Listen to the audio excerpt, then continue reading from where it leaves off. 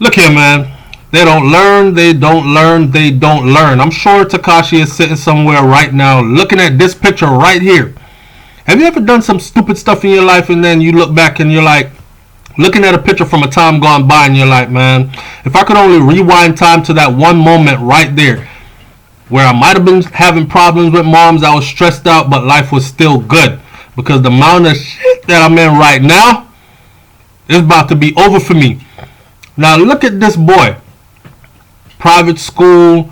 They poked all kinds of funs about him, but right now he's in a world of hurt. Now shout out to YG, because I thought I was the only one that was bothered by the fact that Tekashi was involved in some minor 13-year-old giving a grown man, 20-something-year-old, almost 30 years old man a blowjob while Tekashi standing behind her gyrating his hips and smacking her ass. 13-year-old. You have 12, then 13. That's a baby, right? But of course we live in the United States of America where money runs things. And if you're broke, you're nasty, you're a pedophile, you deserve to go to prison. And if you get your money up, then, he killed his mom, but it's all good though. He got money. He raped his own sister, but it's alright though. He got a whole lot of money. That's the culture we live in. Anyways, man, right now, here is the rundown of the whole Tekashi situation. I guess when Bobby Shmurda went down, Tekashi did not learn. Shmurda from Brooklyn, right there where Tekashi is from, born and raised, and he still did not learn. Like my wifey just said, different year, same players. I mean, different year, different players, same game, or something like that. Anyways, Tekashi6ix9ine faces 32 years of life in prison on racketeering firearm charges. Now, before I go any further, if you want to challenge me on how I know the details about that situation with the 13-year-old girl, CBS News released it. CBS News released it in details.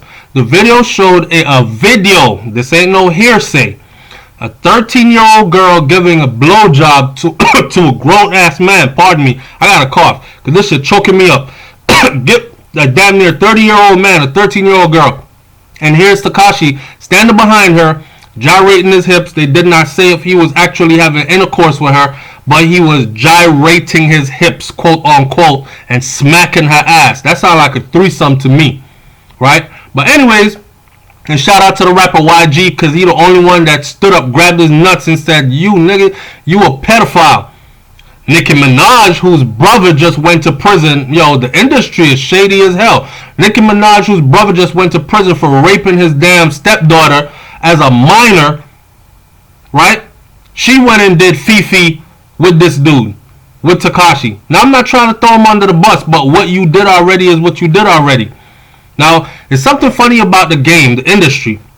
When you see all the top entertainers, the older entertainers, who they're losing steam, try to bridge it with this young heat or whatever is hot at the moment. You notice how 50 Cent ran in on the current, Nicki Minaj ran in on the current, most recently Kanye West, Demons, ran in on the current. Their video shoot even got shot up, right? So I'm thinking to myself, they all know this kid is affiliated. They all know he's running a risk. They all know his life is on the line. The same way how Bobby Shmurda's stuff went down. Remember how everybody was praising him, Drake and everybody, and when it was time to put up some bail money, all these people whose net worth is like ... 000 didn't have a dollar to say, hey Shmurda man, get yourself out, and then get a good lawyer and get back on the scene.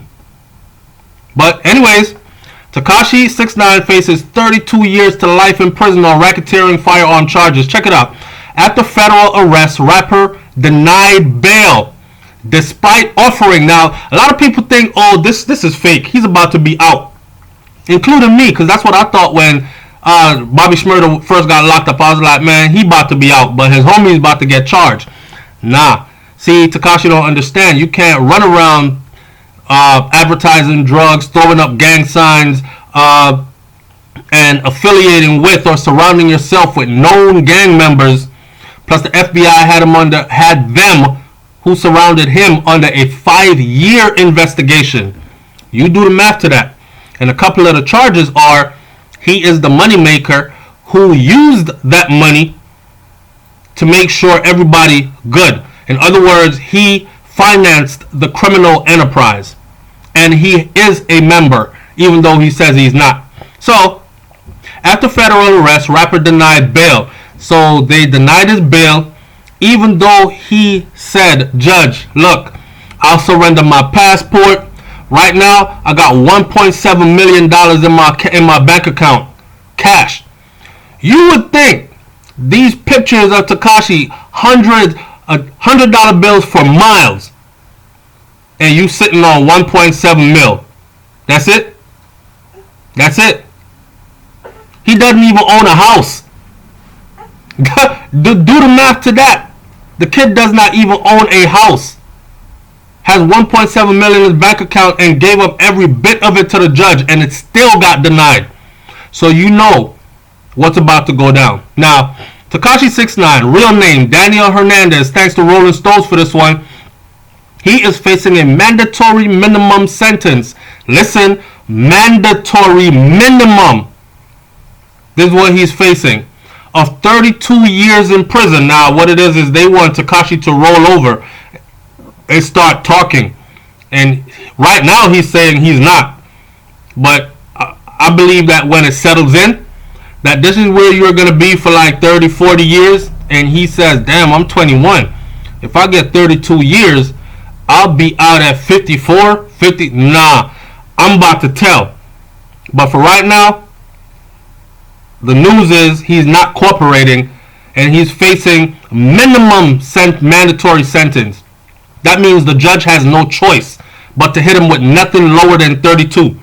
According to the prosecuting U.S. attorney at the rapper's arraignment on Monday, today is Tuesday, the rapper was arrested on Sunday night and faces federal charges including racketeering, allegations stemming from Hernandez's.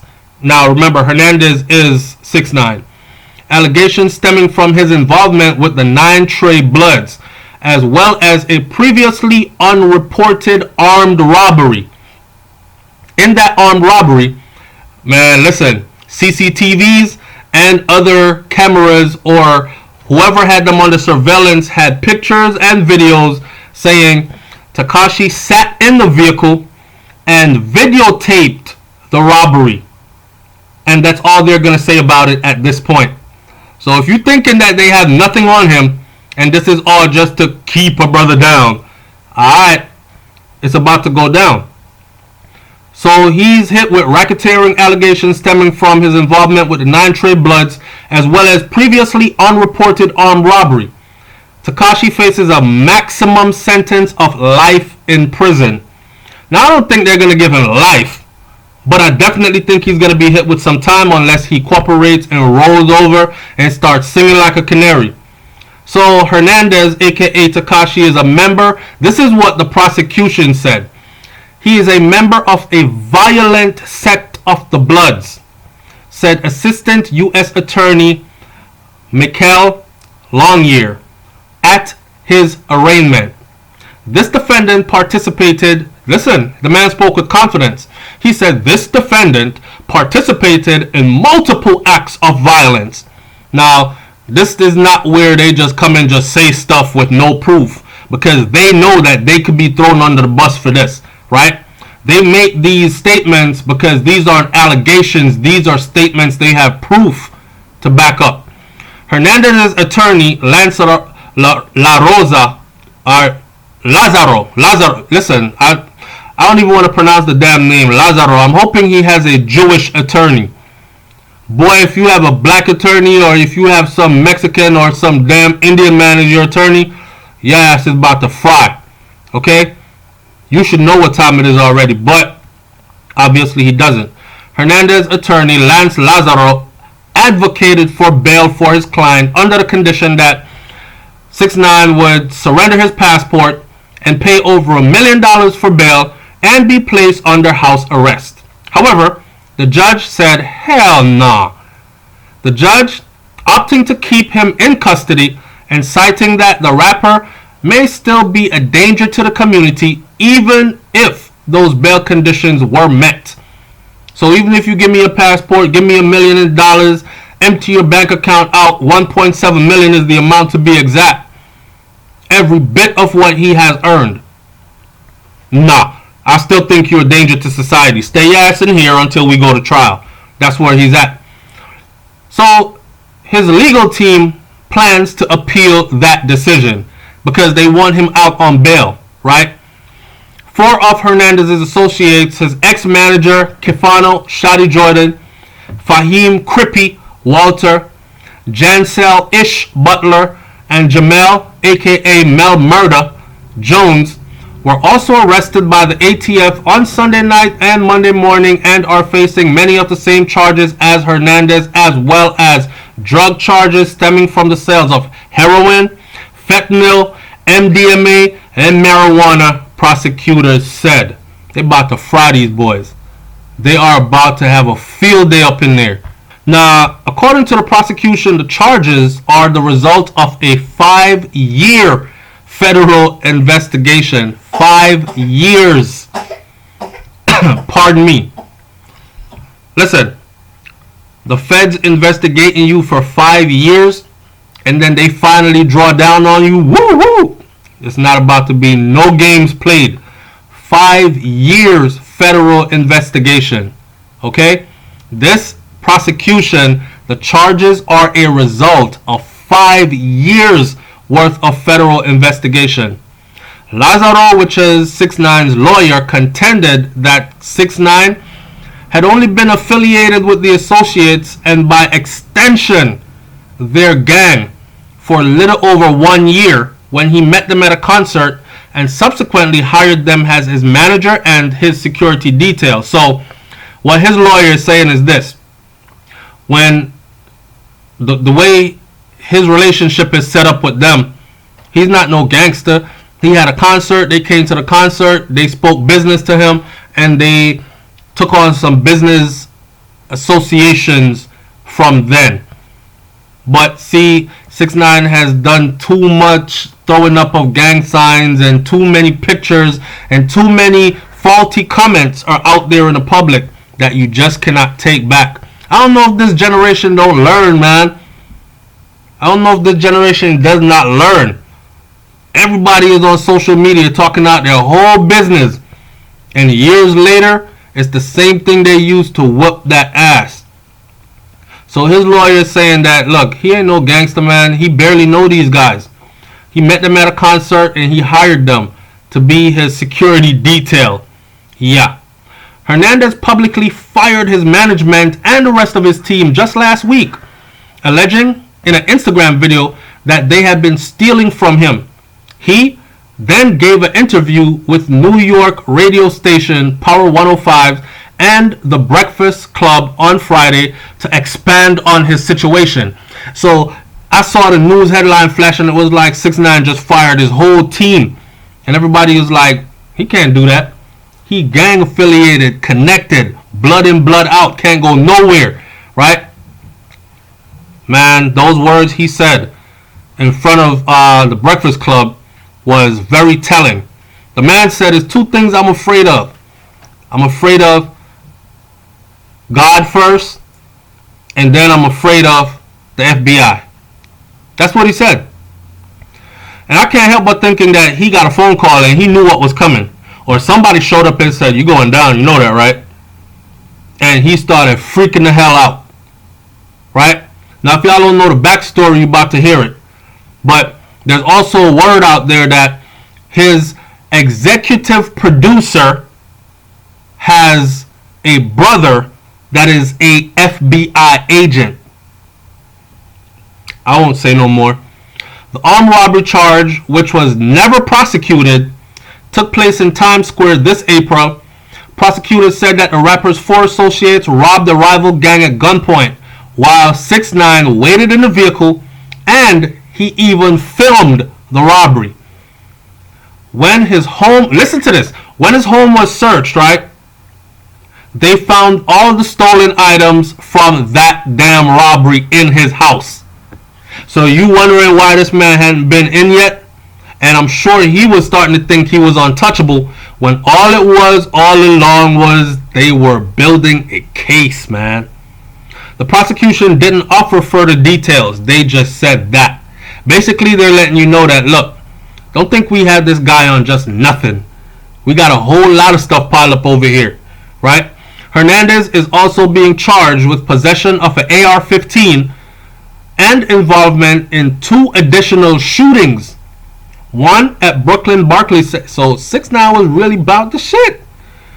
One at Brooklyn Barclays Center where he was performing, and another in which he allegedly ordered the shooting of a bystander at a Brooklyn housing project. And it's funny how rappers used to be storytellers, and you could look forward to hearing a guy rap about his environment, and you knew, okay, he was from Bushwick, or he's from this part of Brooklyn in this project, and he would paint a vivid picture like Nas from Queensbridge, and you would be like, damn, that sound real as hell. It sound like he was there. But these nowadays dudes, they think you're supposed to get on stage, grab the mic, rap, get off stage, grab the AR-15 and gun people down, and then get in the booth and rap about it some more. Dumb as hell. So he was involved in a shooting at the Barclays Center where he was actually performing, and another one where he ordered the shooting of a bystander at a Brooklyn housing project. The latter comes with a conspiracy to commit murder charge. The robbery charge comes with a 7-year minimum sentence. Now remember, they got him on videotape. He's sitting in the vehicle videotaping the event. So they're saying he ordered that robbery at gunpoint. And then they went and raided his house and found all the damn items in the house. So the robbery charge comes with a 7-year minimum sentence. And the collected racketeering charges, which stems from the litany of alleged activities with gang members, comes with a minimum of 25 years. This boy's going to have to do a whole lot of singing and telling. Members and associates of the enterprise promoted and celebrated criminal conduct of the enterprise. Namely, they rapped about narcotics distribution, acts involving violence, and the use of firearms in music and on social media. This is what the prosecution said. So it's no longer safe to rap about this stuff. You dig? The purpose of the enterprise included preserving and protecting the power, territory, and profits of the enterprise through acts involving murder and threats of violence. Following his public separation from his gang-affiliated associates last week, 6ix9ine was taken into protective custody. So a lot of people didn't know that. So the FBI, the agents swooped down on him and took him into custody. They did not arrest him. They took him into custody because of this. He was taken into protective custody on Saturday prior to his Sunday arrest.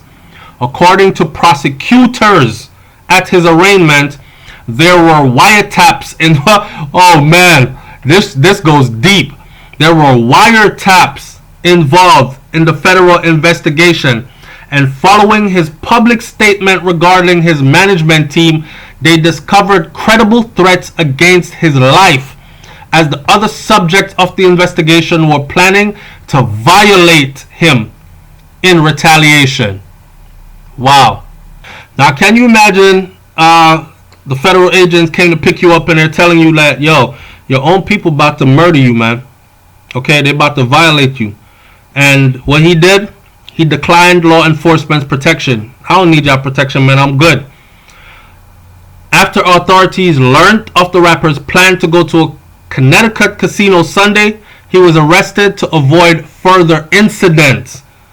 There could have been a random shooting, is what Longyear said. And they didn't want no innocent bystanders getting hit in the crossfire. So when they took him into custody at first, he was not arrested. He was taken into custody to save his own life. But he signed a waiver and he told them, I'm good. I don't need y'all to protect me. I'm alright. And then they picked him up a day after. The charges against 6ix9ine, aka Hernandez, are significant, and his attorney is a violation of the in his attorney, and his arrest is a violation of his probation set from last month at his sentencing hearing for his ongoing case and the use of a minor in a sexual performance. Now, right now, I can bet that somebody, maybe even the girl's parents, are saying, Karma is a bitch, ain't it? Look how you have my little daughter, 13 years old. Huh? 13. Y'all know how it is in the inner city, man. It's rough living, especially in them apartment buildings. Girl live on the 6th floor and she done perform like 2 sex acts before she get to the 1st floor to leave the building. And starting from like 11, 12, 13. That's the type of life. That's how it goes down. And that's reality. If you never lived it, I'm giving you an insight. Right? The judge in that case sentenced him to a 4-year probation for violating somebody's daughter in this manner. Videotape. Smacking that ass while she giving a grown man head. Under which 2 of the conditions were that he not get arrested for the period of his probation, which means for the next 4 years, and refrain from associating with any known gang members. In addition to his arrest, the prosecution claimed that just hours after his sentencing was concluded, 6ix9ine was right back with his blood-affiliated team, leading to a shooting outside New York restaurant Philippe Chow between his associates and a member of the security team of his label head. The violation of his probation could also lead to 4 years in prison added to all the other charges, the mandatory 7 plus the mandatory 27 plus 4, and we're looking at a whole lot of years. And as the headline says, he faces 32 years to life. Damn. Now, like I said in this video before, I don't think they're going to hit him with life. But I definitely think that he's going to be hit with some serious time, or he's going to have to cough up some serious information. Before I go say anything else, look at this picture right here, right? So, I want everybody to look at this picture. Scrutinize the picture. Look at the picture really good. You see dude behind him? You see that big old 6 foot something, probably 200 and something, 300 and something, to this little 5'4", 100 and something pound. Look at his face. Look at his lips. Look at the motions he's making with his mouth. Everybody is tough on the streets until you get boxed in with a real gorilla. Right? And then it's problems. And everybody says, I'd rather die. I ain't being nobody's bitch. Until somebody beat your ass unconscious and do what the hell they want to do with you, and you wake up with all parts of you hurting. I don't wish prison on nobody, man. It ain't for the dogs. It's not for animals, let alone for human beings. But damn it, man. Some people just head that direction and you can't tell them nothing until they get there, and then they're all remorseful and, man, I wish I had listened. But that's the type of stuff you do when you're young. You know what I mean? Young, dumb, and heading for destruction. That's all it is. I wish Tekashi all the best. I can't go with them. I know they're about to violate him in all kinds of ways, and we're about to see it all unfold. Or maybe the boy get lucky and walk out. Leave your comment in the comment section below and tell me what you think about this one. It's SouFLoTV, man. Like, comment, share, subscribe. I'm out. Peace.